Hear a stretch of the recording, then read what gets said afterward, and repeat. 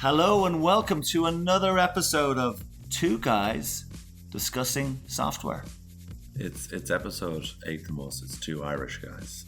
Thank you, Brendan. Thank you again. And this is our podcast, the original podcast where we discuss everything about software world, the best ways to avoid being ripped off, the alternative options, and how to save money on software. And I'll eventually get the Irish bit. Thank you, Brendan. I'm here with Brendan. My name is Tomás O'Leary.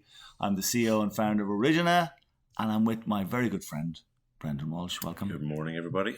We are going to be joined by a really special guest, somebody that I have a huge amount of time for. He has done some fantastic work, Mr. Dan Shefet. He is better known as the guy who took on Google, and he is a lawyer based out of Paris. He's going to be talking to us from Paris later on in a little short while, and he's done a massive amount of work for data privacy. And because we're here to talk about a very important topic, the abuse of power by large corporations. Yeah, a long-running topical point, I think. Yeah, I think they've been abusing their power for forever, really. And it's a lot of the reason we see a lot of angst everywhere around the world. Yeah, the abuse of power is increasing as the tech companies get very big, and but they've been abusing power whether it comes to contract negotiations in the past, and now their abuse of power over the data that they have and how they use data. So it's going to be an interesting conversation. Yeah. So where have you been? Where have we been? Yeah, it's been a few weeks since we spoke to everybody. Bit of travel under the belt. Indeed. We were in Frankfurt. Together. Yeah, we got back this time from Germany, which is good. What a fantastic conference. We talk about every week here, every month we talk about ways of saving money, ways of tackling the big software vendors, and we had some fantastic input into the CureCon conference in Frankfurt 2 weeks ago. Yeah, very nice conference, well attended, very nice audience. Indeed, some really good people. Great city. We had I don't know if one of the opening debates, there was a debate about would cloud take over, or as a service take over, or would it not? We had Noor Khalif from Philips, and we had Mario Georgiev from Novartis. They did a fantastic job. There was a great kind of Oxford style debate that was on. It was some really good stuff there. Yeah, had some good chats with Mario afterwards during the coffee break. He's a good guy, very well informed. Also, Kirpal Verdi from Jaguar Land Rover, so I had a great chat with him as well. But he did a very good presentation on disruption of the supply chain, which seems to be very topic at some of these events. But he did a very good job. Did you see the piece on used software? I mean, I know we don't talk about that very often actually on this topic. Maybe it's a topic we should talk about again. But obviously here in Europe, we're all aware now. I think at this stage, you were able to buy secondhand. Maybe we're not all aware actually, but you're able to buy secondhand software in the marketplace. Which is fantastic. And some really good conversation the following day. There was a round table conversation that I was at where they were talking about it, and actually some of the people at the round table actually didn't even know you could do this. So this law has been around for some time. But Stefan Rautanen from Swisscom the following day talked about where he had done this. And actually what was really interesting about what he'd done is this story about he was on a journey to the cloud, and they were left with a significant portion of kind of on-premise software, and they were able to sell it in the marketplace. Clearly the benefit to Swisscom is that they were able to get money for assets that they'd paid for.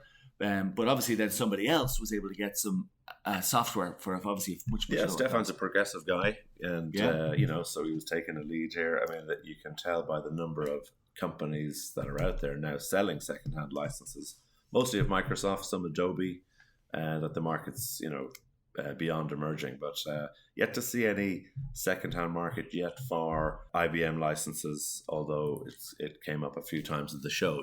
Can I sell my Cognos licenses? Can I sell PVU licenses? So, but then there was another great presentation, actually probably one of the better attended ones. Oh, stop! Of yours that we've had in the past, but stopping the block, how to stop the block, which is in any kind of vendor situation, when you're selling a concept, maybe you're in an organization trying to sell the concept of third-party software or buying second-hand licenses. Who are the blockers? And how do you explain to them the benefits of? So I thought you did a really good job. So we're not going to talk about me. We're not here to talk about me. But there was actually, they had Nuno Juramito from Bridgestone, and he's not Japanese. He said that himself. He's a Portuguese guy. And Nuno did a great piece, actually, talking about contracts and IBM, particularly. We know that their contracts. But one of the big things they see in businesses is this contract erosion concept.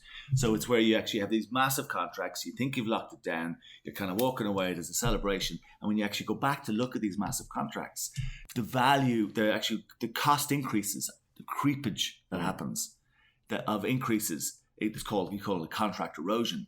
And where you thought you'd locked in some pricing, or you thought you'd locked in your cost for visibility perspective, how you're actually people are losing these costs, or the costs are increasing significantly along the journey. Yeah, unnecessarily. Yeah, completely unnecessarily. And actually, what happens is what we see is that organizations decide to decrease the use of a particular product. Yeah, it might be multiple products, and what the big tech companies do, and we see it all the time, obviously, is that they try and maintain the amount of money that the organizations are paying. So they'll just say, well, you've just lost your discount that we were giving you. So you were spending $1 million on maintenance. You're using less software. It's more stable than it was before. And you're still being asked to pay the same or more money. And actually, in many cases, because these contracts are too long, perhaps. There's like 5 years or more in some cases.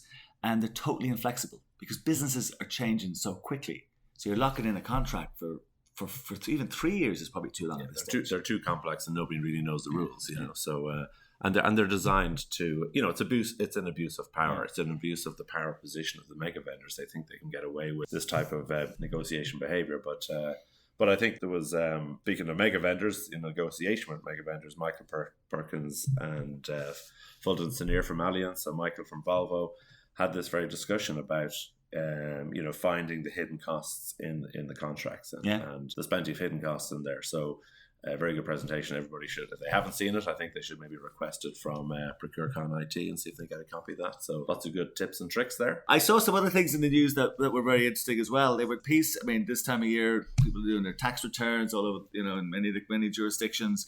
But in the US, they had some reports about, the latest article was in Business Insider, tech companies are paying almost zero federal income tax. You got an example of Amazon making a $10 billion in income and yet getting a rebate. I mean, okay, except they employ a lot of people, but they earn significant profits. Is it not their duty to pay taxes towards the state that they're in? And when the roads and the transportation and the regulation and all the systems that are put in place by governments and policymakers, they're not prepared to contribute towards it at all. Yeah, and the Federal Reserve is under pressure because they have less funds to fund that infrastructure. But it's not just paying no tax. In some cases, it's negative tax. Well, this is the thing. This is the thing. We also have the exact same thing. IBM, they were supposed to pay $500 million, but after their rebates, ended up 46% tax payments. I want to know who their accountants are. They're doing a pretty good job. They're doing a pretty good job for sure. We don't take that. I mean, there was a load of other names there from some of the airlines and some General of the General Motors were there. Yeah, it was. I thought it was a very interesting list of organizations that were there. I mean, but it's nuts. And again, it goes back to this abuse. There's a balance, and I don't think we're getting the right balance. They're taking advantage of the new tax laws that came in 2017 that were designed to help them do this, so they're kind of designed on purpose to make the wealthy, and it actually is widening the wealth gap between those that have and those that don't. So I think Elizabeth Warren is all over this. She's trying to repeal some of these things and make it fair, decrease the wealth gap that's actually widening. Yeah, there's a balance here. I mean, I think what's happened is some of these organizations feel as if they're afraid of nobody. They're not afraid of their own, even their customers. They're not afraid of the authority. They're afraid of nobody. They feel as if they are the authority, don't they? It's a sense of entitlement, but it's just all back to it's abuse of power. We've seen that recently. I've had an interesting story with Oracle. Oh yeah, yeah. So and Larry Ellison, our good friend Larry. So Oracle are suing the Department of Labor because the Department of Labor has been probing them for acts of discrimination against women and minorities. So basically, it goes back to 2017, where the Department of Labor sued Oracle because they were paying women and non-male white workers 13% less in their salaries. Yeah. They were getting 33% less shares. They were getting 30% less in bonus payments. Wow. So the Department of Labor sued Oracle. Yeah, as it should. Yeah. But now Oracle are saying, this is unfair. You shouldn't be suing us. You should leave us alone and leave us to our own, do what we want. So now they're counter-suing the Department of Labor because they're saying the Department of Labor is discriminating against them. On what basis? Just because they're taking up the court over something they shouldn't be doing? Just because it's another, abuse of power. Yeah, they're basically saying, we can do what we like. So, you know. So if I break the law or speed limit, I get a ticket, I could sue the local government. Because you shouldn't have got it, you know, because they're holier than thou. They're abusing their power by pushing the law on top of me. You know, bashing their chests. But it's typical of Oracle to be quite litigious. You know, it's not the first time we've seen this happen. I mean, IBM were at it as well in terms of abusing their power position, discriminating against workers over the age of 40 by letting them go and bringing in younger millennials and Asian workers to replace them. So, you know, so it's just a constant kind of theme. Wow. And speaking of Oracle, actually, I don't know whether you saw and abuse of power. They had recently published the Forbes America's Top 50 Givers. Oh, yeah. Charity givers. They must be high up there, are they? And well, what was interesting about the top 20 richest Americans, which, speaking of Oracle, Larry Ellison is the number 5 on the list, according to Forbes, and at $58 billion in wealth. Not a bad amount of wealth. Yeah. And his contribution as a percentage... He's very philanthropic, is he? Oh, yeah, well, 0.0%. Excellent. They didn't actually even add the extra digits on. That was it, 0.0%. Oh, my word. Yeah, that was what he was prepared to do. But he's very busy. He's just invested with Robert De Niro and the Nobu restaurant chain, which is a nice restaurant. It's a fancy restaurant. If you've ever been to it, I've been to it once in New York. Yeah, I haven't had the privilege. Well, you should at one time. It is now that Larry has invested. Well, I might not. Well, it's only a resort he's invested in. He's not invested in the restaurants, as far as I understand. But yeah, 0.0%. But he's busy. What about Lake Tahoe? Yeah. What about our other guy? Oh, yeah. Larry, the other guy. Oh, the other Larry. Well, the other guy. Oh, yeah, it's interesting. Well, there was some Bill Gates and Warren Buffett, 2.6% of wealth from Bill Gates, and given he's actually $97 billion. Warren Buffett, 3.9% of his wealth. But the other 0.0, two other 0.0%ers on the list: Larry Page and Sergey Brin of Google. Yeah, according to that, that's very, very. Maybe that's why they're stepping down. Did you hear that? They're stepping down very recently. Yes, I heard that. I'm not sure where they're going, but maybe they might do some charitable work. Yeah, they're very busy not to be giving any money to charity. Yeah, I can imagine. Yeah. Speaking of Google, we have a fantastic guest, obviously we mentioned earlier, who has been prepared to take on Google in a different way, obviously not focusing on their charitable contributions, but on some of their data privacy and their obligations really as a provider and a storer of data, and particularly with regards to information on what they hold about us and information they hold on that other people put up there about us. We've got Dan Shefet. Dan, I introduced you earlier. I think you're there now, Dan. Welcome. Are you in Paris? Are you listening? Are you joining us? Well, first of all, great pleasure being with you. And I'm in Paris. I'm in Paris right now. And of course, we have a general strike in this country right now. But I'm with you. Absolutely. Your background, Dan, and we know each other for a number of years. And we've had some great conversations. When we first met, my introduction to you was that you'd worked for IBM. Isn't that correct? Well, yes, absolutely. I worked for IBM in the 80s, and I was actually part of I was working on the antitrust case. That in those days, this was the biggest antitrust case, which was first started up by the Department of Justice in the US, and then afterwards by the European Commission. These antitrust cases dealt very much, obviously, with abuse of dominant position, and I can't help but comparing to what we see right now with the same European Commission starting its antitrust cases, almost a crusade against tech. This is the real challenge that we face today, tech abuse of power. And I very much like the subject of today's podcast, because abuse of power, abuse of corporate power indeed, is a major challenge, not only to business, but also to democracy. And as someone who worked for a big corporation and then left, obviously, how did you get to where you are today? I mean, you founded an organization called AID. You have been a speaker all over the world on this topic. How did you end up in this position?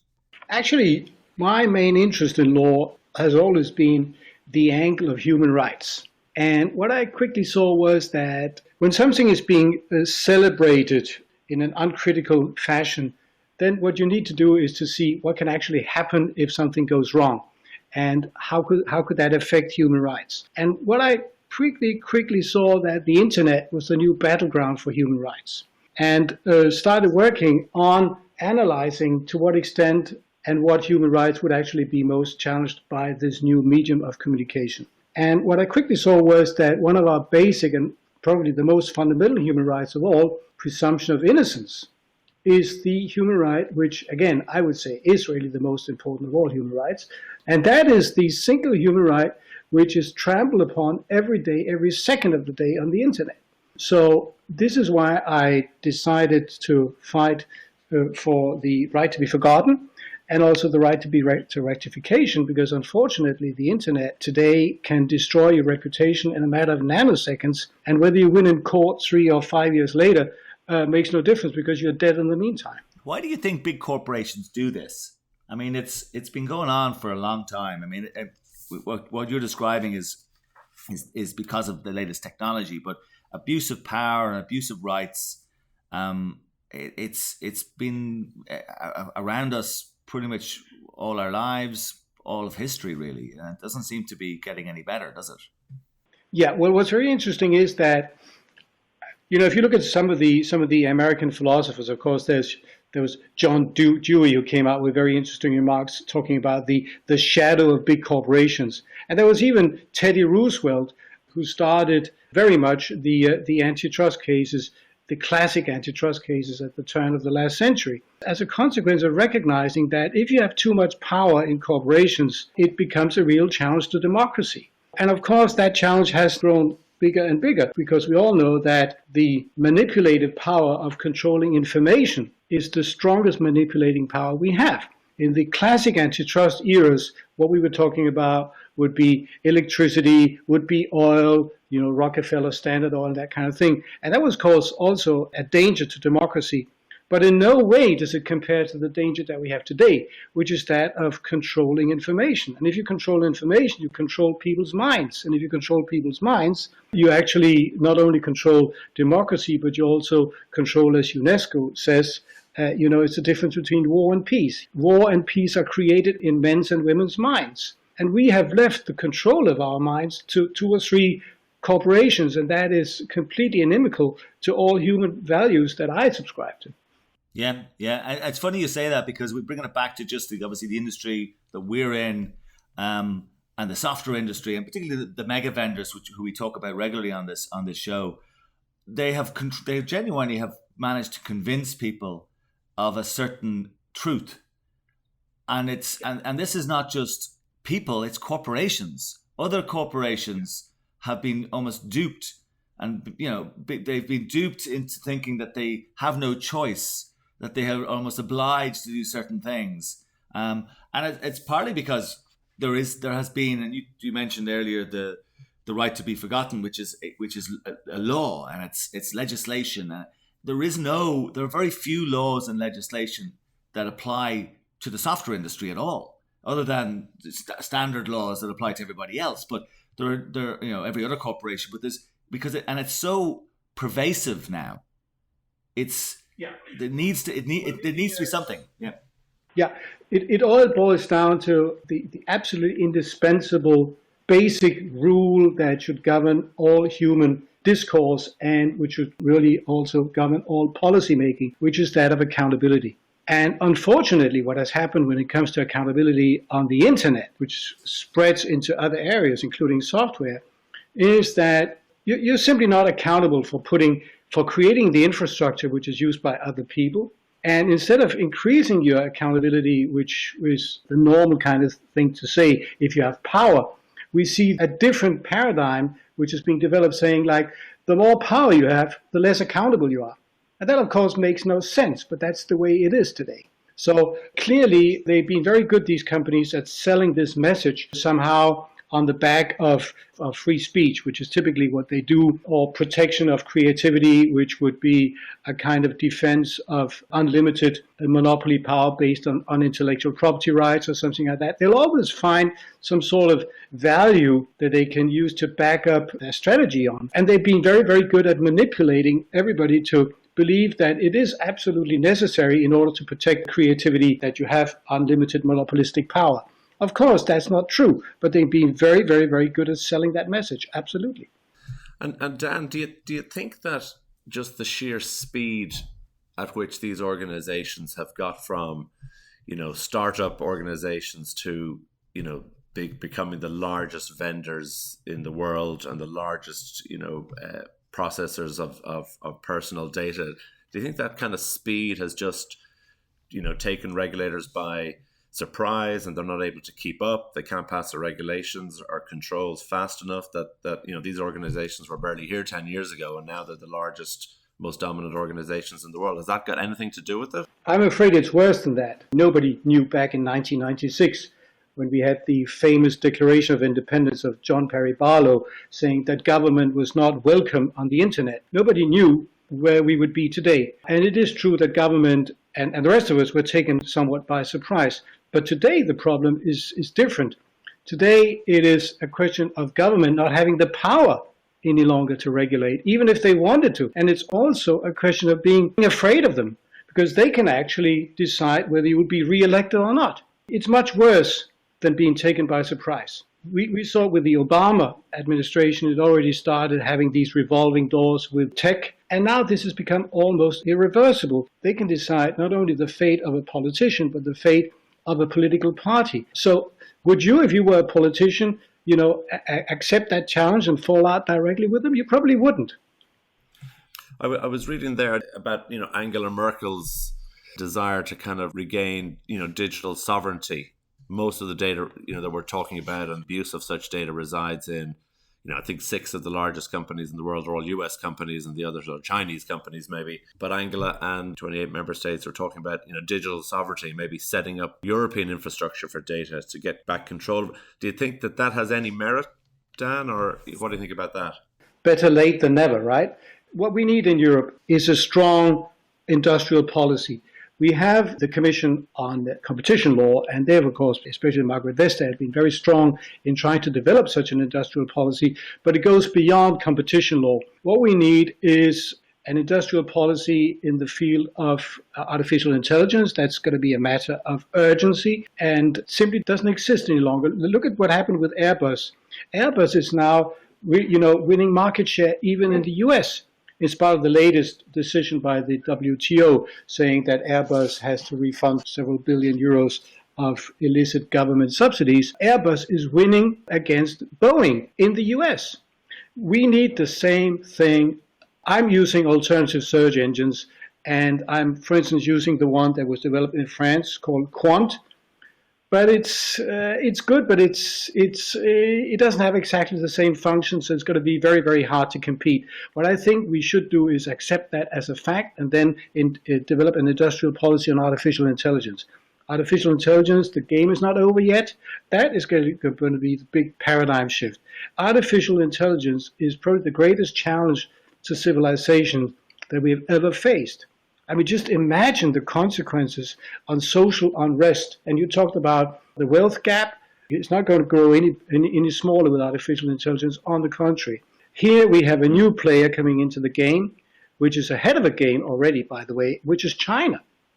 And China is number one on artificial intelligence today. China is number one, both because they have over 1 billion people, which is much more than in the US and in Europe, and also because they don't have data privacy laws. And they have merged platforms which would be the envy of Facebook and the others, like in WeChat, which allow them to monitor conversion rates, purchases, direct. It's like as if you have had Facebook, Google, and Amazon in one big platform, and they can collect all the data they want. And data, as we all know, drives artificial intelligence. It's not really a problem of Europe against the US and Silicon Valley. The way I see it is Europe pitted against China on this. We need a strong industrial policy, and we don't have that in Europe today. And that's really interesting, Dan. Is there a place, though, as well, as a lawyer, because obviously part of what you do and your profession does is ultimately some of these things have to go into a court of law. And we know your own success with Google, and what you had to do ultimately is you had to take a case against Google. Isn't that correct? Yeah. There are several aspects of the case that I had against Google, but I think the most important would be extraterritoriality. which is probably the biggest legal problem we have today, because the internet is by definition universal. Sometimes this debate is framed as the internet against the splinternet, right? So do we want a universal internet where everybody has access to the same information, or do we end up having like 195 different internets, which happens to be the number of countries in UNESCO? This is the big debate today. And of course, today, the internet is, apart from China, one big universal medium. And that then creates a problem of laws in one country conflicting with laws in another country. And when we look at the right to be forgotten, this is a European law, and it doesn't apply in the US. And it doesn't look as if the US is going to enact anything that will be remotely similar to the right to be forgotten, at least in the short term. There are proposals in New York to introduce a right to be forgotten, but it won't be done. So for many, many years to come, we will have the clash just on the right to be forgotten in Europe against the non-recognition of the right to be forgotten in the US, just as an example. So what I did was I established a basis of extraterritoriality, allowing a data subject in Europe, that could be you, it could be anybody, to actually vindicate your European rights against a subsidiary. In my particular case, it was Google, but it could be any non-European company, against the local European subsidiary.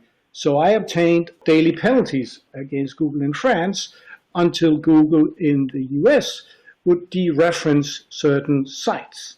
That was pretty landmark in the sense that now we can actually enforce our laws, our European laws, against the local subsidiary of American companies, even though the local subsidiary cannot delete links. In other words, typically what you would say was that you really cannot impose a daily penalty upon a corporation to do something if they can't do it. Sounds pretty logical. And in this particular case, Google France, like any other subsidiary, does not have access to the search engine. All they do is they sell advertising. And by the way, that's also for tax reasons, which I'll get back to in a second because you talked about tax. So they're just advertising agencies in each and every country, right? It's a bit different in Ireland, as you know. But in the rest of the world, the subsidiaries are just selling advertising, and they get whatever fee or commission that any third-party advertising agency would get. And they don't have access to the search engine. The search engine is a power reserve sitting somewhere, probably in Silicon Valley, but who knows? But it's certainly not in the local subsidiary in Europe. So they could argue, say, listen, you're imposing a daily penalty on us to do something we can't do. We're just selling ads. So the judgment I got was very important insofar as it said, well, basically what it said is that if one company is inextricably linked, and those are the words used in the judgment, to another company. In other words, if Google France is inextricably linked to Google Inc. in the US, in the sense that it cannot function without Google in the US, which is different from just saying that one owns the other. It cannot function without the other. Then the subsidiary can be imposed daily penalties until the other company does what it is supposed to do. And that, of course, extends the extraterritorial reach of European laws enormously. So Dan, I'm just curious, did those daily penalties get imposed? No, because they took it down. They took it down. Oh, they took it down in time, yeah, okay. Now, just a few words about tax. I said that I would get back to it, and I listened very carefully to your discussion about tax, which I found fascinating. And actually, right now, this is just a coincidence. You didn't know this. I wrote a letter to one of the top officers in Google for international public policy on tax. I actually wrote that letter last week, and in particular involving Google. I don't know whether Google is going to answer it, but I would even say the non-answer will serve my purpose just as much as an answer. And point one is tax and social responsibility. So I, of course, refer to the so-called double Irish and Dutch sandwich, which in this particular case allows Google, as you all know. And I should say Google is not the only company doing this, right? But I'm just... Yeah, we know that, yeah. Yeah, no. Which allows Google to move through this very sophisticated tax structure, proceeds coming from Europe, and then channeled back either to the Cayman Islands and Bermuda, where they eventually end up. So what I do is I describe that system in some detail in the letter, and I ask this public policy officer, whom I know, whether the above account is essentially factual. I would hope that he would say yes or no to that. And then come some of my questions. Why does Google operate a system designed, indeed it has no other purpose, than to reduce taxes? Is it because A, Google believes that avoiding taxes is inherent in capitalism and that Google is simply a victim of this state of affairs? The reason I asked that question is that Eric Schmidt, during an interview, said that it was a consequence of capitalism. I believe that we agree that there is no logical reason why capitalism should be asocial. There is certainly no intrinsic reason leading to that conclusion. A second observation in this regard is that obviously Google is not a victim of some predefined rule book on capitalism. Google is free to define its own rules and its own version of capitalism. In any case, the purpose of my query is not to engage in semantics, but simply to understand the policy and how it fits with Google's new motto. And the new motto is, employees of Alphabet and its subsidiaries and controlled affiliates should do the right thing. All right? Do the right thing. You probably all remember that in the old days. Don't be evil was replaced by do the right thing. All right? So then I ask, is avoiding to pay tax doing the right thing? Interesting question. So after that, what I say is, I believe that most people would salute and commend these initiatives. Philanthropy is indeed a significant dimension of corporate social responsibility, but philanthropy should be practiced after tax and not instead of tax. Yeah. So, these are some of the questions. I don't know whether they will answer them or whether they will not answer them, but it will certainly be part of my next Google initiative. Wow. And I think the do the right thing, they actually cut off the final piece of that. It's do the right thing for themselves, I think is what is what it actually probably really means. I think your story, though, particularly your story around the case that you took, I think is really pertinent to bring this back finally to, because we're getting to the end of the podcast, but what we can do to maybe take, I guess as they've said in the UK, take back control of the power that some of these corporations, and amongst many of the other things you talked about in terms of legislation and other activities, maybe at some point somebody has to go and take these guys to task and actually ultimately perhaps take them to court. And that may be the only place for these things to be resolved. Well, yes, we already have the antitrust cases in Europe. I mentioned Margaret Vestager. There are some 5 competition cases, and she's doing a magnificent job. The problem with these cases is that they deal with this abuse of dominant position. They don't lead to breaking up the company. Of course, that is what we saw in the AT&T case, and it's very, very complicated to break up these companies. And I don't actually know whether that would be the right thing to do, as opposed to regulating their conduct. Those are 2 different things, right? But there is an alternative to taking them to court, and that alternative is you and me and everybody else. I mean, we still have the power. And the beauty about the fact that their power is based on information, which is also the danger of that power, but the beauty of that power is that we could just take our clicks somewhere else. We have alternatives. Nothing is easier than just stop using them. I stopped using them. This was 18 months ago. And as I mentioned, I use Quant, which is the French alternative, but I also use DuckDuck.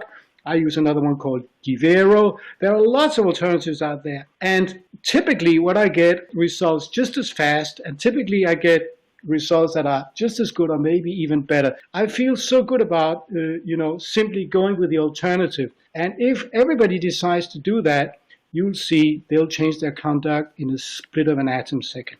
Yeah, you're doing the right thing, Dan. I think you're doing the right thing. Well, we know there actually are choices for some of our listeners out there. Yes, they can choose to move. They aren't as locked in as maybe they think they are, and that's really part of the reason we have this. But it's fantastic to hear your story, Dan, and you are at the forefront of this activity. as Brendan said, you are doing the right thing. You're making a change in your own activity, which is fantastic. And this is why we do this podcast, to give people ideas and to shake the status quo. And we're delighted to have had you. Thank you, Dan, who's so kind. Thank you, Brendan, again, as always. Fascinating podcast. Thanks, Dan. Thanks, Amos. Yeah, and we'll be back again early in the new year. I would like to wish all our listeners a very happy Christmas and a fantastic 2020. We'll talk to you from Dublin, from Paris, wherever you are. Have a fantastic end of the year. See you in 2020, folks. Take care. Bye.